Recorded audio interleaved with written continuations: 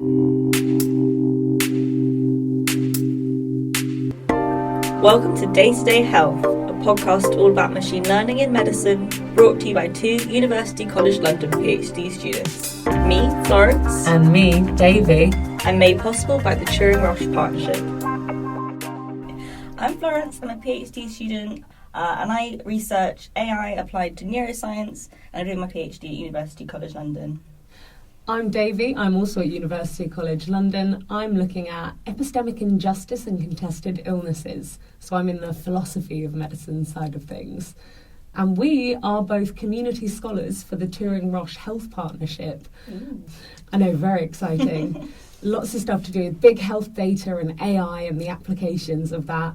And this podcast is going to be about multimodal health data. And can you help me out with the definition for that? Sure. So health data is any sort of information that you can get from someone about their health. So it could be a brain scan, it could be blood tests, it could be how fast they're walking, anything like that. And the multimodal side of that, multi is many and modal is basically types of data. So if you've got a brain scan and you've got a blood test and you put them together, that's multimodal data. And we think this is really important and really interesting because health data is something that's very personal, but it's super interesting because as technology develops, there are more and more ways of collecting this health data and more different types of this data that we can collect. So in the course of this podcast, we're going to be covering everything from health apps to how hospitals implement AI systems and something super funky called data fusion that I don't know enough about yet. So Florence is going to walk me through that one nearer the time. Don't worry, we'll get there one day. So today's topic is wearables. So these are devices that you wear on your body that measure, track, analyse and transmit health data. And they're usually like small portable devices. And these are actually increasingly common in daily life. There's a good chance you might be wearing one right now. If you own an Apple Watch or a Fitbit to track your activity, then you own a wearable. Also kind of if you even own a phone, it will track your steps and stuff. So I guess maybe most of us have wearables at this point. Excellent point, yeah. So in this episode, we're going to be focusing in particular on wearables that record and then store and or transmit your health data. So something that records your data, like a phone and your step count, as Florence just said, or something that then transmits your data to a healthcare professional, to a cloud storage service. So basically you were just not looking at things like insulin pumps or artificial kidneys. Those are wearables technically, but we're not going to be looking at them in this episode. Fabulous. Let's get stuck in. Right. So looking more at the kind of what's happening right now in the commercial sector. So huge companies like Apple, Google, Samsung and Amazon are some of the world's leading wearable tech companies, and the wearable tech market is valued at $115.8 billion in 2021 and is predicted to be worth $380.5 billion by 2028. That's big money. That's big money. And the number of patent applications for wearable tech increases every year, and this is really a growing industry. And according to the 2021 Deloitte survey, 39% of Americans own a smartwatch or a health and fitness tracker, and these trackers are increasingly collecting more and more types of data. There's even a UK company that makes what is essentially a Fitbit for dogs, but it has GPS trackers in it and activity monitors for our little furry four-legged friends.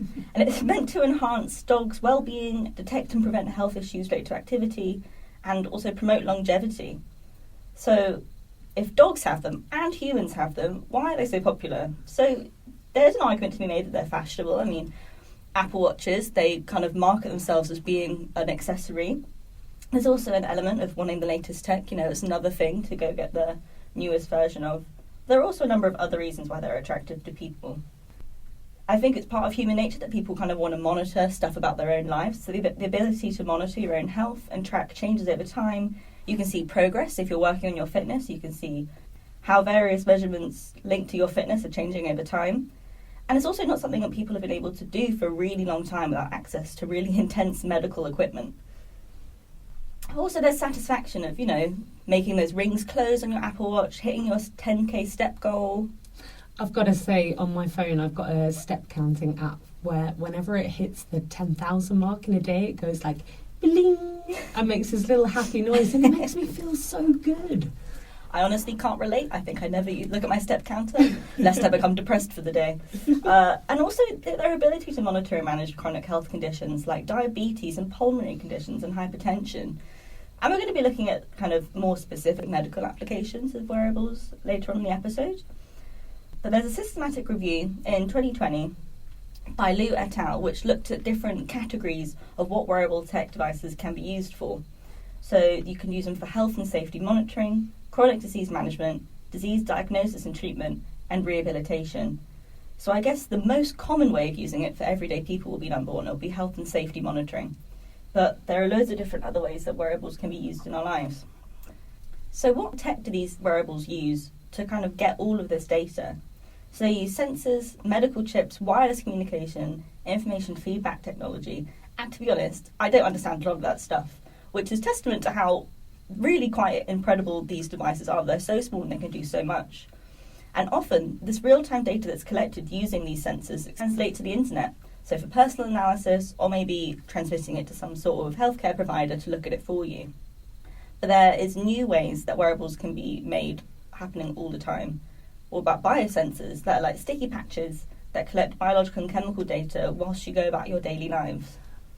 So these types of sticky sensors that go on the skin are called epidermal biosensors, and there's a type called a graphene electronic tattoo, or GET.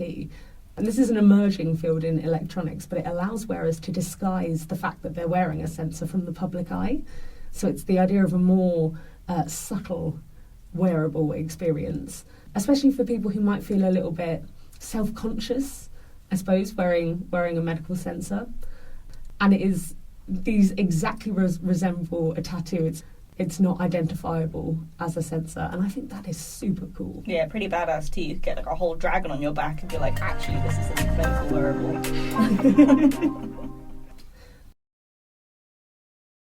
So there is amazing technology coming out all the time, creating different types of wearables, finding new types of data to collect and analyse. And I just wanted to chuck in here a little bit of a historical interlude. You've probably heard of the Theranos scandal, where we have an American woman, Elizabeth Holmes, who created this startup with the idea of like fantastical medical technology around blood testing. Her original idea that led to the whole saga of the company was a wearable patch that could administer a drug and at the same time monitor the levels of that drug in a person's bloodstream and then wirelessly send that data to a doctor. Mad. Yeah, unfortunately, just like her apparently revolutionary blood testing machines, it didn't work. So the reason she ended up arrested at the end of this saga is she was extremely good at the business side of things. She raised $945 million in investments for her idea, but her equipment straight up did not work. So she ended up getting done on fraud charges.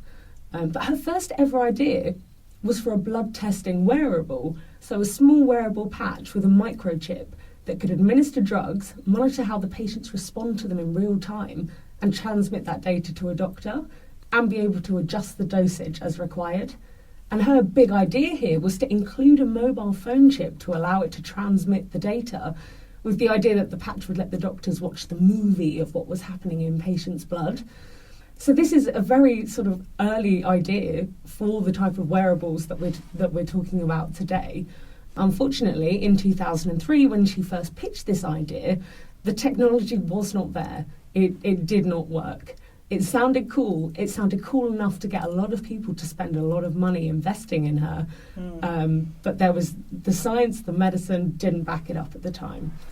However, something I think is super cool is now, 20 years later, we actually have similar types of tech in development and actually quite far along the development process.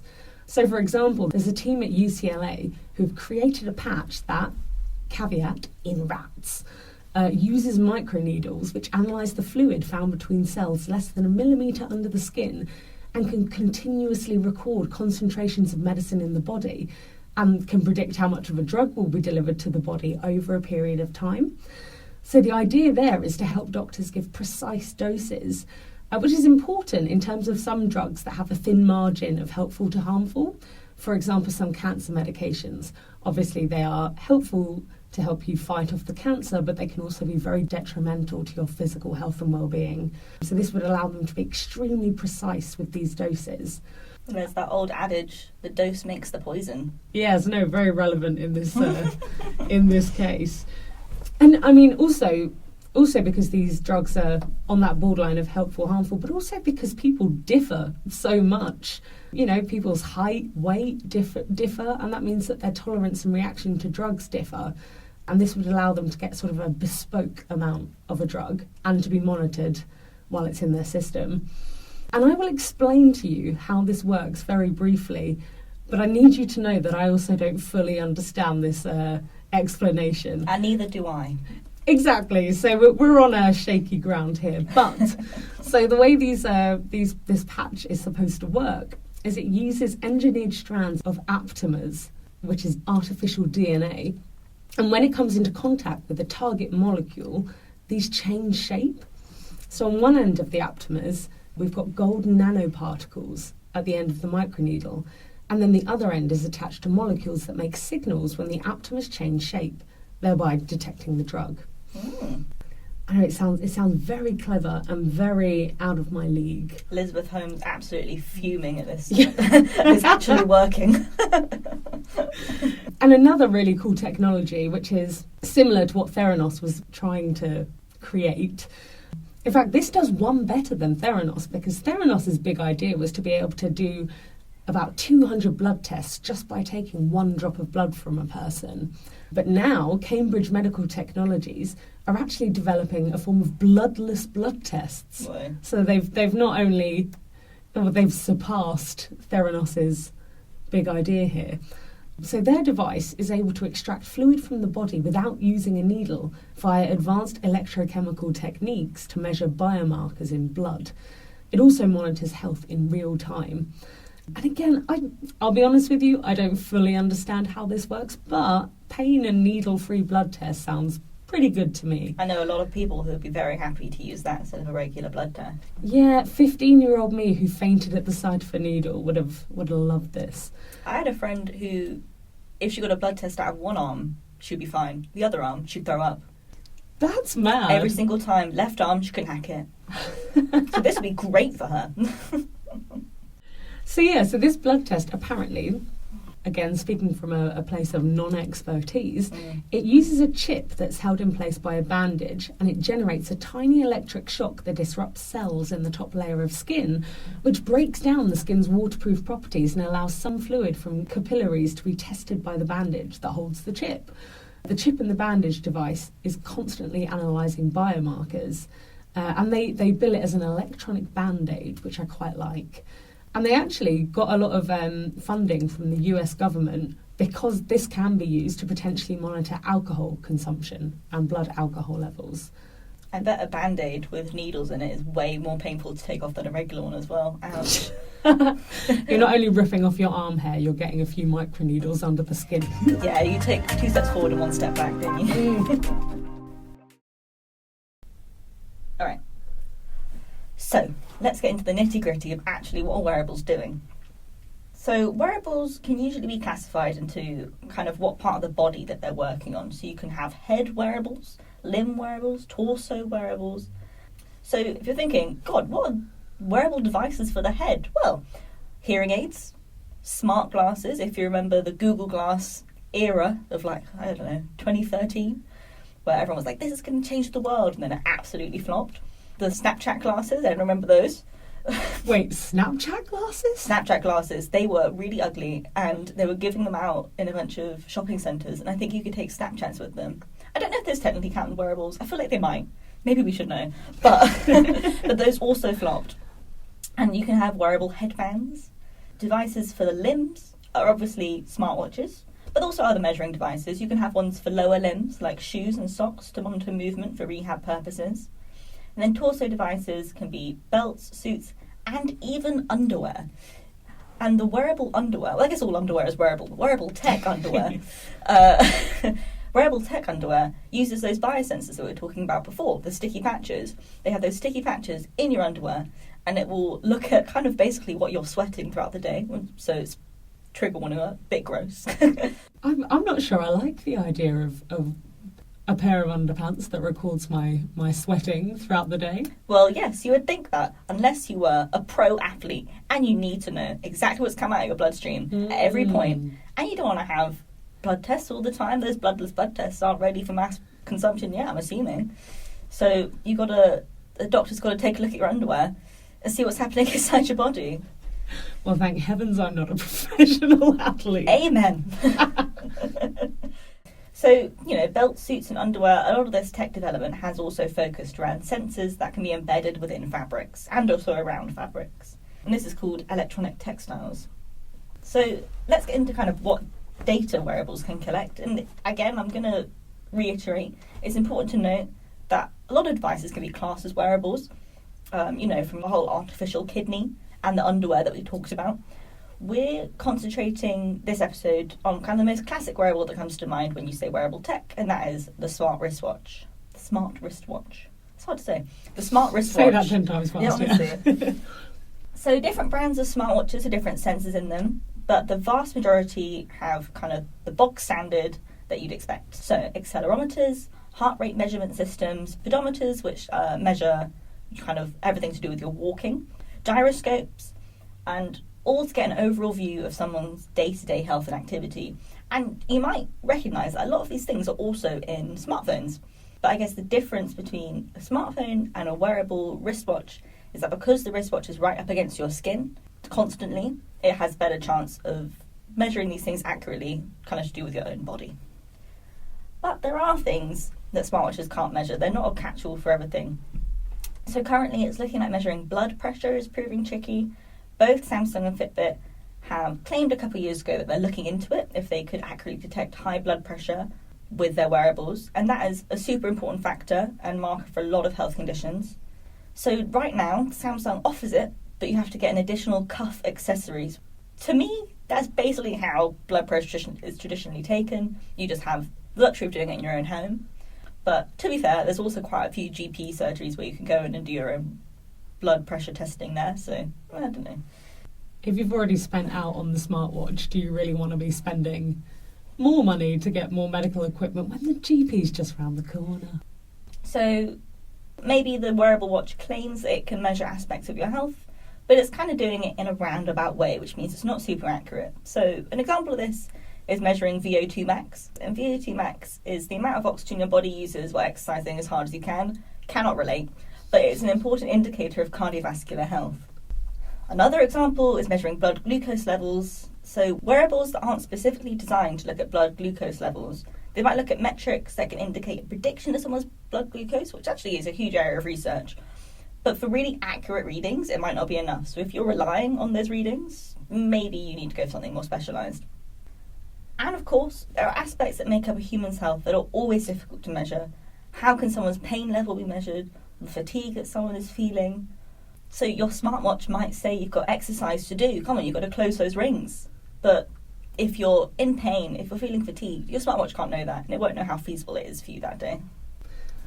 Just to add in very briefly regarding the blood glucose levels, I've seen those patches that you pop on your skin and then they transmit to an app. Yeah. Those seem really cool. Very cool. And probably more accurate than anything a smartwatch can do right now. And there's a lot of research looking into how those sorts of diabetes-specific wearables can be used to predict what glucose or insulin you'll need in the future. And you could do personalised dosages based off your previous kind of glucose spikes throughout the day. Very handy. Very handy. Yeah. So despite the fact that these wearables might not be wholly accurate and they might not measure everything relevant to our overall health and well-being, they still can collect, analyse and transmit increasingly sophisticated data, and a lot of it. But where is that data going and how is it being used currently? So one of the ways that we've touched on already is personal use. Consumers may use data from wearables as displayed on devices like smartwatches or transmitted from devices to apps on their phones in order to track changes in personal health and fitness. Things like tracking step count improvement over time, weight changes, changes in blood pressure, even sleep tracking. And a term that I found really interesting when I was doing a bit of research into this, there's two terms actually. The concept of the quantified self. Yeah, I know, which refers to the process of collecting personalised data about your life and your well-being using these wearable devices. And also the idea of life logging, so tracking your own data over a long time. And these are things that are becoming increasingly popular with people. People like to have this information, to be able to see it, track it, maybe make changes. And as we mentioned before, this is not something that people have been able to do sort of prior to the current day without having access to hospital equipment and things like that. But aside from, say, health consciousness or vanity, which is not necessarily a negative, these wearables could help people with little to no access to regular medical care actually gain a degree of control over their health or alert them to changes that might need medical intervention. So here I suppose I'm referring to people, say for example, in the US who don't have health insurance or don't have regular access to doctors. Although I could also be referring to the UK with the very long wait time for any sort of medical appointment and how oversubscribed services like GPs are. This could be a sort of a stopgap measure or a way to just keep an eye on yourself if there aren't medical services that can do that for you reliably. If you aren't on that phone at 8 a.m. making that appointment, you're done for. Go look at your Apple Watch instead.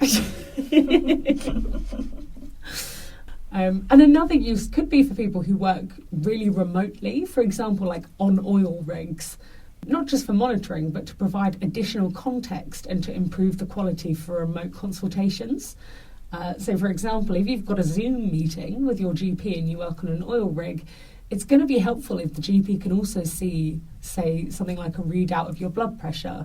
But this data that's being collected, so it will either be stored locally on the device or, which is what usually happens, on cloud services. And this is somewhat secure. Secure-ish. Secure-ish.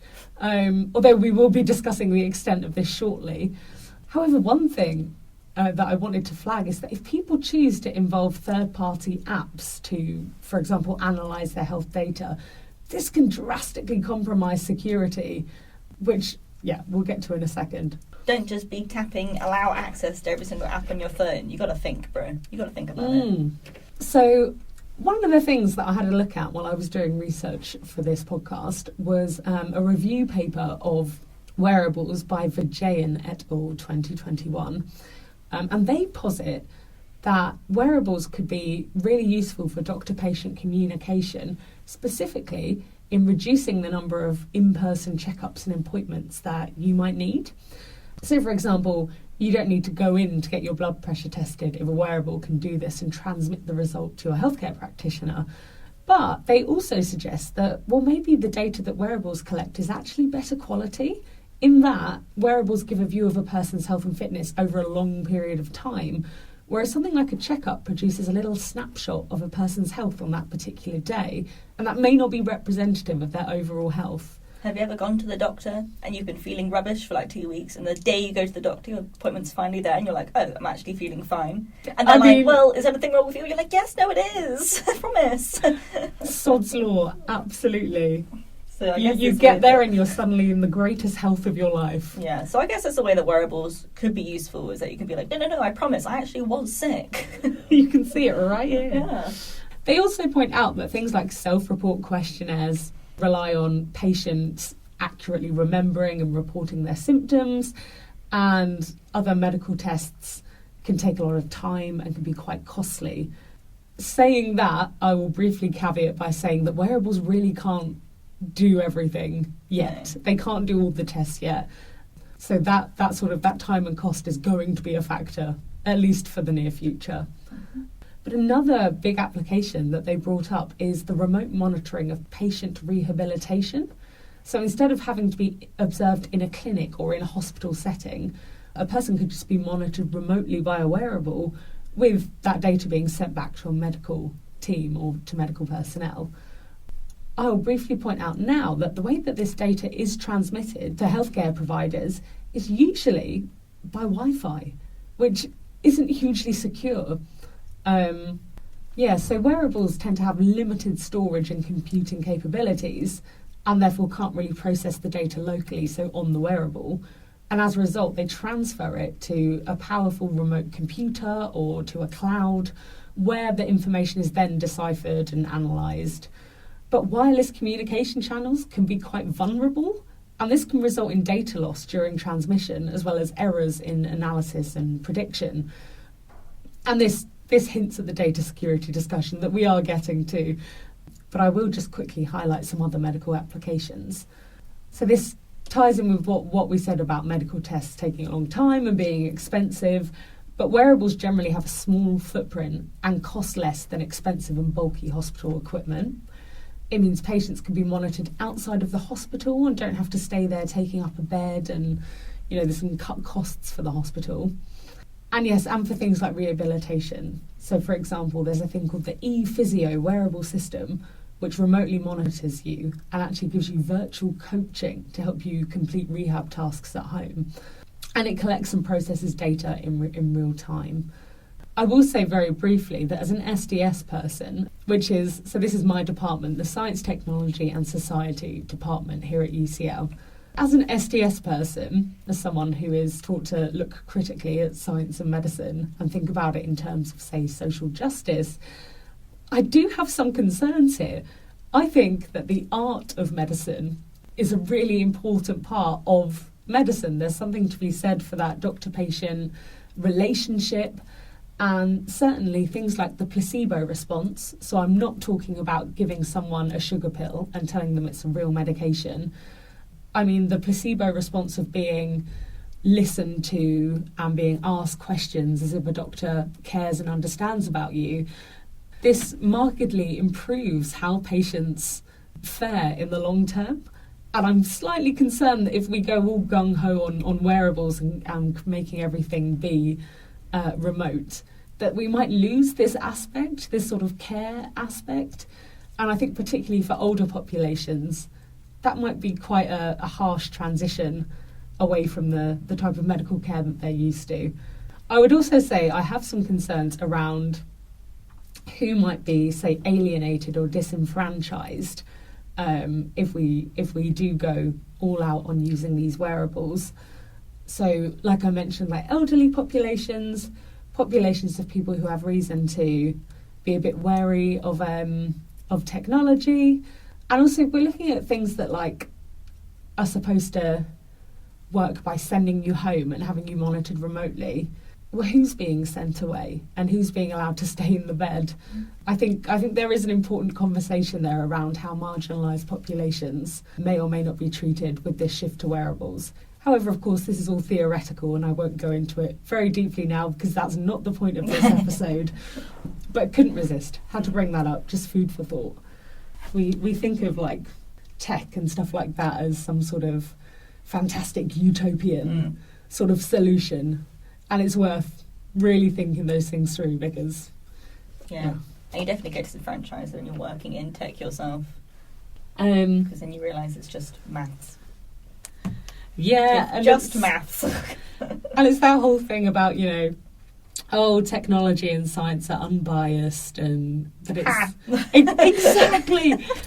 Who is the person programming these algorithms? Who's the person making the tech? Oh, they come with their own biases and things like that, and it all gets built in. Anyway, so there's also use for these things in clinical trials. So depending on the trial, participants might be given a sensor to wear and then told to perform certain movements. An example in the Vajayan et al. 2021 paper is of a clinical trial looking at the disease progression of axial spondyloarthritis. Yeah. Because, doctors knew that changes in spinal mobility are a marker of the progression of this disease, but until now they've not been able to accurately monitor these changes. And of course, there are also commercial uses of this wearable data, and something that we should consider before committing to a brand or a type of commercial wearable is, does the company sell your health data to third parties? Does it keep your health data secure? One would hope that bigger brands would have really excellent privacy agreements and robust data protection plans in place for sensitive data. I mean, they should. They've got the money to do it, but do they? So in this bit, I want to kind of compare the data security measures of the two huge brands in the wearable marketplace, the Apple Watch and the Fitbit, which is now Google-owned. I'm sure many of you will have heard the phrase in relation to internet, social media, whatever, that if you're not paying for the product, you are the product. We all know about Facebook scraping user data, selling it to third parties. Like, oh my God, how did this advert come up? I just spoke about innocent smoothies the other day, not Spawn. And like, how did it know? It's like, well, it's looking at your search history. Health data is sensitive and could have extreme ramifications for a person's life if managed improperly. What if an insurance company got hold of the fact that your health data is doing something funky? So we need to consider how the data is stored, handled, and used by the companies and devices that access it. So looking at Fitbit, way back in 2012, which makes me feel old, Google bought Fitbit, and there was a lot of concern about what Google were going to do with users' data.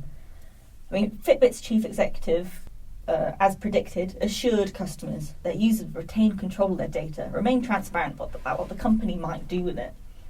But there are concerns that the money-making potential of user data would probably trump privacy and data protection rights.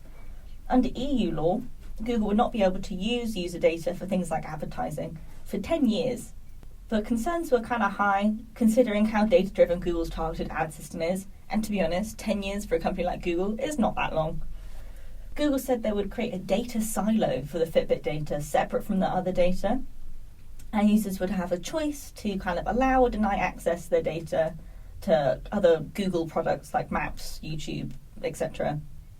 But nevertheless, many experts were pretty concerned about the lack of transparency from Google and Fitbit about where data was going, what it was used, and what it was used for. Kind of beyond the reassuring platitudes of, don't worry, we've created a silo. No, don't ask what that means. It's fine. So there are 29 million active users of Fitbit, and Google probably saw that and went, yeah, I want a slice of that pie. The health data won't be used for ads yet. But what about all the other data? Location data, non-health personal data, that is all within your wearable tech. A Wired article from 2019 with the headline, what is Google going to do with your Fitbit data? Anything it likes. Notes that Google has changed its tune after mergers in the past. Who's to say it won't happen here? And looking at privacy experts in the field, they've pointed out that health data being owned and potentially accessed by a huge company is inherently problematic, which I feel like we do know, but it's nice to hear an expert say.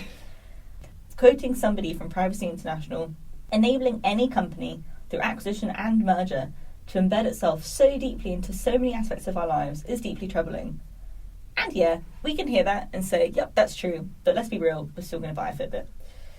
And while not directly related to the Fitbit acquisition or data, it is perhaps worth mentioning that in December 2022, Google was fined $57 million for failing to acknowledge and disclose how its users' data was being processed. Concerning, huh? That's concerning. But yeah. Maybe that's a drop in the ocean. I don't know Google's finances that well. Let's have a look. So the market value of Google is apparently at $863.2 billion. Yeah, I think they're okay. That's chump change for them, surely. And also there's an article that pointed out on TechRadar that Fitbit can freely send data to be processed by corporate partners and third parties. Who are these corporate partners and third parties? Your guess is as good as mine. Alright, so that was the Fitbit. What about the Apple Watch? So it was pretty hard to find information about kind of how the Apple Watch uses your data and what happens with the data after it's in it. The good news is that you can make the privacy setting more strict. Obviously the bad news is that you actually have to do this. It isn't default. So you've got to go into those settings and change it around. But to be fair, Apple have a pretty decent track record of standing up to law enforcement requests for user data, but they're not necessarily safer than Fitbits, and Silicon Valley has a habit of changing its mind quite a lot. People do point out, quite rightly, that Apple and other big companies, not just pointing the finger at Apple, often collect more data than you might think, and these kind of companies collaborate with other companies that use that user data in unscrupulous ways. That is concerning because Apple can be as good as it likes, and then the second it's sharing your data with someone else... Well, exactly, and then they're not really liable for that either. Yeah. And interesting that we found while researching for the podcast, there are also companies that purposely hack or crack, depending on the word that you want to use, Apple device security in order to help with investigations, in quotation marks. So, yeah, these devices are protected, but anyone can find a way in with enough time or expertise, or if they're being paid to. A company called Elmscroft bills itself as the only company on the market to obtain and decrypt end-to-end encrypted health data from Apple iCloud. They say that huge amounts of data can come from looking at just one area. So, for example, an Apple Watch has an automated workout detection and starts monitoring your biometrics, but also your exact location. So if they can get your workout data, they can get this data too. So they can, show up whenever you're at the gym. That's a little terrifying, especially because the watch has already started recording you without you necessarily realise. Say you start running for a bus. Yeah. FBI agent's going to pick you up on that bus. They're like, I saw you running. I saw your VO2 max go through the roof. Something that I mentioned a little bit earlier as well is when third parties get involved. So this is in regard to both Fitbit and Apple Watches. If you use a third party, say Apple website, to analyse your data, this can undo the security and privacy that you get from using these branded watches, intentionally or not. So, and for an example of this, 61 million fitness tracker users, which include Fitbit and Apple Watch users, had their health and personal information, which includes their date of birth, their weight, height, gender, location, all sorts. They had this personal information exposed because a third party that syncs user data from these trackers didn't properly secure the data. They had no passwords and no encryption on their database, and 61 million people had their personal data leaked. I mean, I'm pretty sure I could make an app, ask it to give me access to Apple Watch data, and then I could be like, cool, don't worry about securing it. You already said I've allowed access to it, So this is why you've got to read the fine print. Yeah, people like me could be making apps. God forbid. Okay, so now let's look at some limitations of these devices and also the very important data security concerns beyond what we've just discussed with Fitbit and the Apple Watch. So the ways in which data is transferred between devices or between, say, your wearable and your phone really poses some risks to data safety. You need to be thinking about where your data goes in terms of like cloud services or where it's being stored. If we look at a list of the 10 biggest wearable companies in the UK, the listing for Anthropos, which is a company that has raised £9.12 million. If I could whistle, funding. I would whistle. They've raised £9.12 million. And what do they say about where their data goes? It says the data their technology tracks is transmitted to a remote care provider seamlessly via the Anthropos platform, which gives us no information about where it goes. Exactly. So a lot of these wearables store data locally, so on the device, without encryption or data protection, which means there is a high risk of losing confidential health data. Devices also often communicate to apps on smartphones, and these might be using Bluetooth or Wi-Fi, which can be unsecure connections. So this doesn't do enough to guard against, for example, a brute force hacking like attack. And as we've said, third-party apps on smartphones increase susceptibility to data hacking. One particular area of huge concern regarding privacy and safety with these wearables is that many fitness trackers track your GPS coordinates. Yikes. Yeah, which could be dangerous if hacked. I don't know if you remember this story from a little while ago, but there was a thing where I think it was there was an American army base in another country, and the location of it was leaked because the soldiers would be doing laps of it wearing their Apple Watches or their wearable, which meant that there was all this data showing these people running around in the exact shape of their private army base. To be fair, even looking at people publishing their Strava runs on their Instagram, like, cool, I can see exactly where you live because I can see you leaving your house and returning to your house. And were I a murderer? Were I a murderer, and allegedly, God, that would be an absolute kid in a candy shop, Yeah, no, I suppose it's something I don't even think about when I'm going off on a run. I'm glad I don't put that information anywhere. And I'm glad I don't go on runs. That's for purely safety reasons. And another thing is privacy violations can occur when you're switching like tracked location data between devices via Bluetooth or Wi-Fi. Another concern as well is that these wearables often have integrated cameras or microphones. So there is a privacy risk there of capturing unauthorised audio or personal information via these means. Goodness, imagine people looking at pictures of you taken from your wrist. Oh, I can't imagine anything worse. It's like opening a selfie camera on your phone. The worst angle physically. The worst angle. Also, you're mid-run or something, so you're red, you're sweaty. God, the horror. And maybe you're also, chatting about personal secrets as you do your 10K. Who's to say? All my governmental secrets I always I always talk about out loud on my 5K. So overall, a collection of economists from European universities pointed out that data collected from health trackers like Fitbit can actually make a fairly complete picture of you as a person. And they say that the combination of Fitbit's health data with Google's other data creates unique opportunities for discrimination and exploitation of consumers in healthcare, health insurance and other sensitive areas. These things might be collecting all of your demographic data, and if it gets out there, that could be used against you. Mm-hmm. Yeah. There is a charity called None of Your Business, Nice. NOYB. I know. Yeah, good name. And they have pointed out that as of 2022, their freedom of information requests as to how your data is being used by these big trackers aren't getting anywhere. Huh? They're being sort of blocked at every turn, so we really don't have a good idea about where the data is going. And just sort of remember, again, the old adage of like, you are the product, big data is big business. Mm. You might be getting something out of these wearables, but the companies are getting something out of your data at the same time. And then there are some other limitations to consider beyond data security.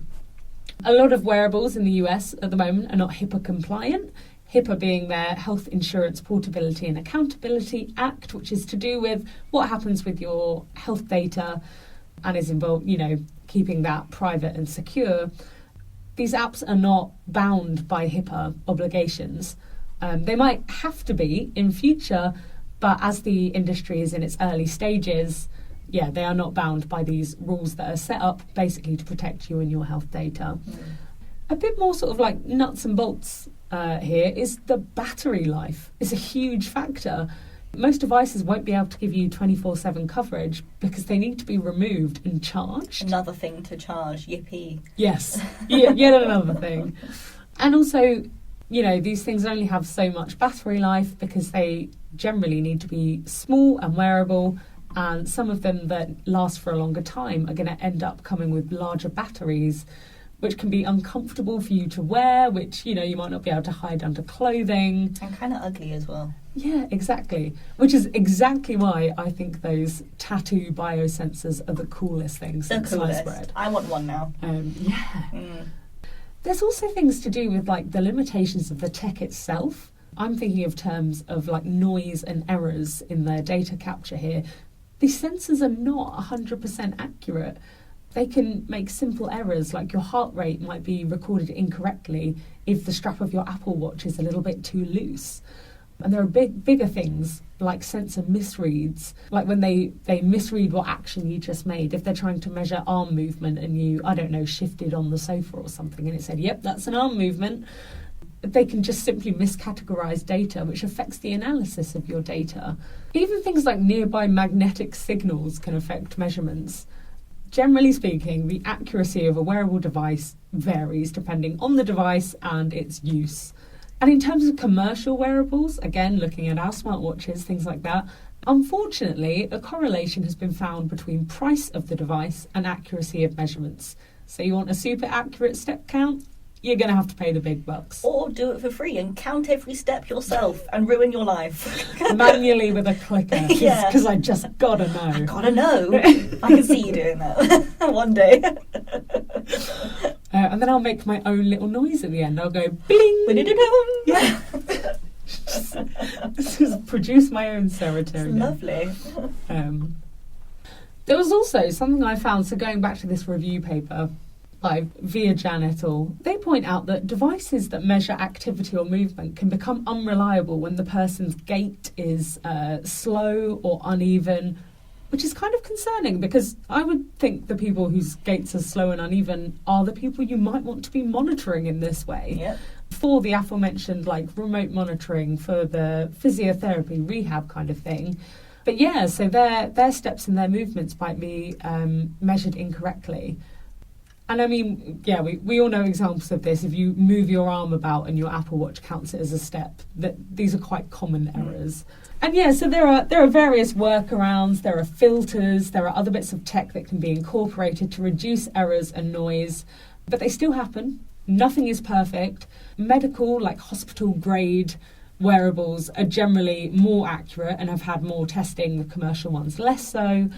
But yeah, nothing is perfect, and wearable device accuracy and validity are the most difficult challenges to overcome, and we're just not there yet. There's also potentially some psychological aspects to think about here. So not just in terms of you're becoming increasingly conscious and maybe nervous about the state of your health. There's potentially an obsessive aspect to this constant tracking and monitoring. But also there's concerns around if you need to wear one of these sensors for a medical reason, feeling self-conscious in public, especially if it's an unusual sensor or wearable. Like underpants? Well, I would hope you weren't walking around with your underpants out in public. Superman style. Yeah. But yeah, say a headband or a belt or something like that looks a little off. You can get away with a smartwatch because everyone has them. I say that, I don't. I also don't. Yeah, maybe we should do that as a heads up, just as a disclaimer. Neither of us own any smartwatches. And then finally, we will probably go over this more in our health apps episode, but I did just want to bring this up quickly, that after the June 2022 overturning of Roe v. Wade in America, which has allowed certain US states to illegalize abortion if they so choose, people have suggested that any device that tracks your menstrual cycle is potentially risky. In 2022, Fitbit said, "As we describe in our privacy policy, we may preserve or disclose information about you to comply with a law, regulation, legal process, or governmental request." They say that they will notify users if they have to do this, but it means that someone seeking a necessary health procedure like an abortion might face legal ramifications if, say, Fitbit data implicates them. And obviously this isn't just Fitbit I'm talking about any sort of tracker that tracks this sort of thing. But it's something to bear in mind, and it's quite scary, but it is a reality for certain people, so we have to bear that in mind. It is indeed. But looking at a positive spin on wearables, there is some recent industry and research news to do with health AI and wearables that's quite exciting. So looking at existing wearables in the market and commercial applications, Headspace, which you might know of as like a meditation guiding app, is partnering with Aura. And Aura is a company that makes smart ring wearables that measure small changes in biometrics like heart rate and temperature. And the idea of this partnership is that people can understand what causes them daytime stress. So Aura has added an AI-powered journaling function, and when high levels of stress triggers are recorded on the Aura ring, it triggers Headspace to offer you a meditation.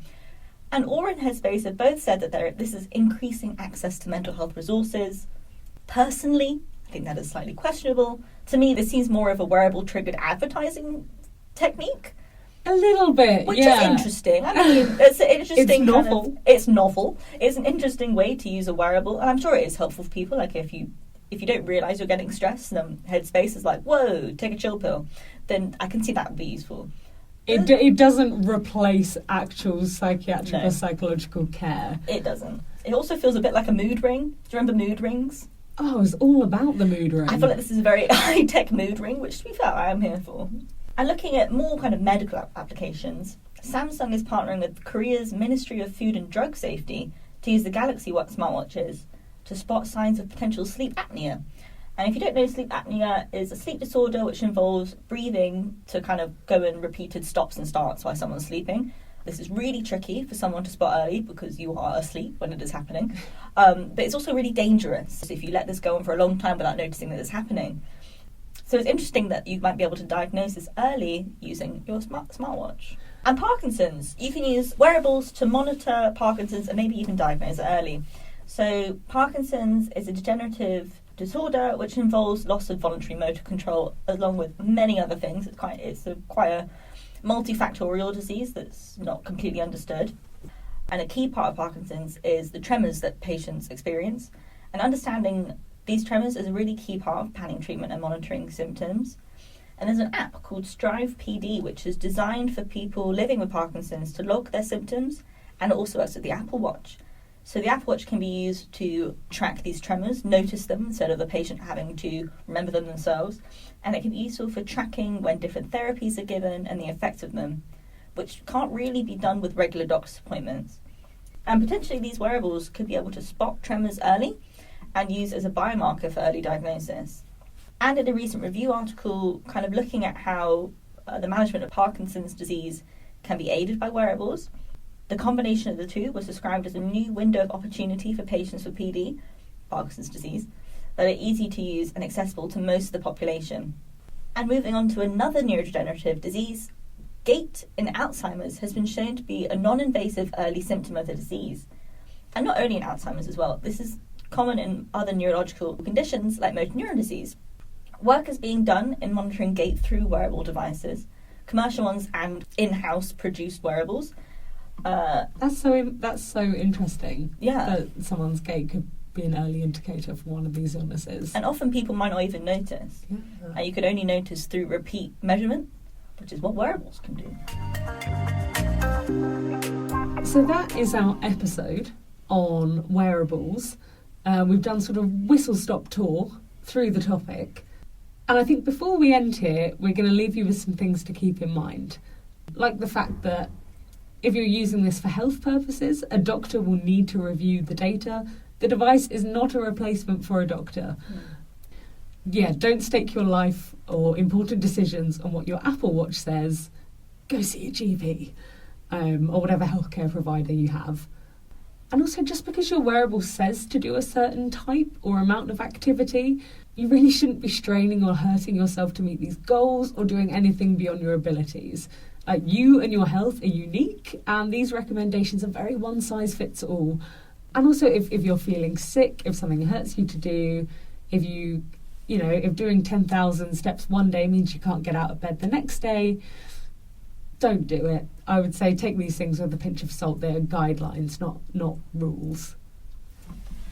And putting a mental health and philosophy hat on for once, is the constant monitoring of our health a hindrance or a help? And I think that's a different answer for every single person. For me personally, I think it wouldn't be good for me to constantly know what's happening in my health. I feel like that would freak me out a little bit.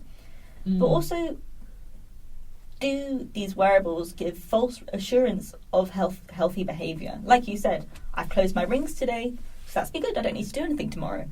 People might think that, I don't know. That's probably an oversimplification. But the idea of gamifying health and activity is an interesting concept. Especially if it is looking at one particular thing, like you've closed all your rings today, but you also paused to have a vape break 20 times. Well, exactly, and the wearable doesn't know that. Exactly. So, and also, does it put mental stress on the user to be constantly thinking of their health, getting notifications going, you're in the workout zone, your heart rate's a bit elevated, all this sort of stuff? Is it increasing your health anxiety? And I think there is something to be said for ignorance is bliss. There's, not in the wearable sphere, but in imaging, there is an idea of an incidentaloma, which is an incidentally found asymptomatic tumour. It has an excellent name. And these are often found during kind of routine MRIs. Say if you've got a headache, you're like, let's just check, it's not anything else. And you'll find these incidentalomas. The significance of these kind of growths in the brain is unknown. And you don't even know if it's going to cause you any problems. But now that the person is aware of an incidentaloma, it adds more confusion than clarity. And I feel like the same could be kind of applied to wearable tech. Also, I would say the healthcare system, as it currently is not set up to be using these wearable devices as like their main way of getting health data. There might be difficulties in standardising the data from a bunch of different wearables into a way that healthcare providers can look at it and make sense of it. Certain manufacturers won't necessarily say what exact sensors they're using and how they're getting certain data, so how could a healthcare provider accurately analyse this? Is this too much to keep track of? Is this going to bombard healthcare systems with so much extraneous data that's not actually particularly necessary for monitoring patients just on a daily basis? Have they got the time? They're already leading busy lives. And also, new things get introduced into the healthcare system, more training needs to get done. Different hospitals have different aspects, have different attitudes towards training. And we'll get onto that also in our episode about AI used in hospitals. But could there be new healthcare inequality introduced by some hospitals embracing tech from wearables and some not? Absolutely. And also, who's responsible if the wearable tech, leads to a misdiagnosis or a missed diagnosis? Is it the failing of the wearable or a failing of the healthcare provider? These are sort of thorny issues that we don't have answers to. No, and they are completely ubiquitous throughout all of tech applied to healthcare. So anyway, I hope you've enjoyed listening to this little walkthrough of what wearables are, and I hope this has given you some food for thought as to what's collecting your data, what it's doing with it, where your data's going. And I hope you're... I don't know, any of you are one of those people who's absolutely obsessed with doing everything the Apple Watch or Fitbit says. Maybe this gives you a chance to consider how much weight you want to put on that, and if it's necessarily making you a happier, healthier person or not. Release yourself from the shackle of the rings. So thank you so much for listening. We hope you found this interesting. And our next episode is going to be all about the potential use of AI in hospitals. Thank you very much for listening to this episode of Day to Day Health. If you've got any questions or comments, please DM us on our Instagram @daytodayhealth or email us at daytodayhealth@gmail.com. Also, this podcast was created as part of the Turing-Roche Community Scholar Scheme, but all opinions expressed aren't those of the Alan Turing Institute or Roche. The show notes, transcripts and references to the research we talk about can be found at daytodayhealth.github.io. That does it for us, and we'll catch you next time.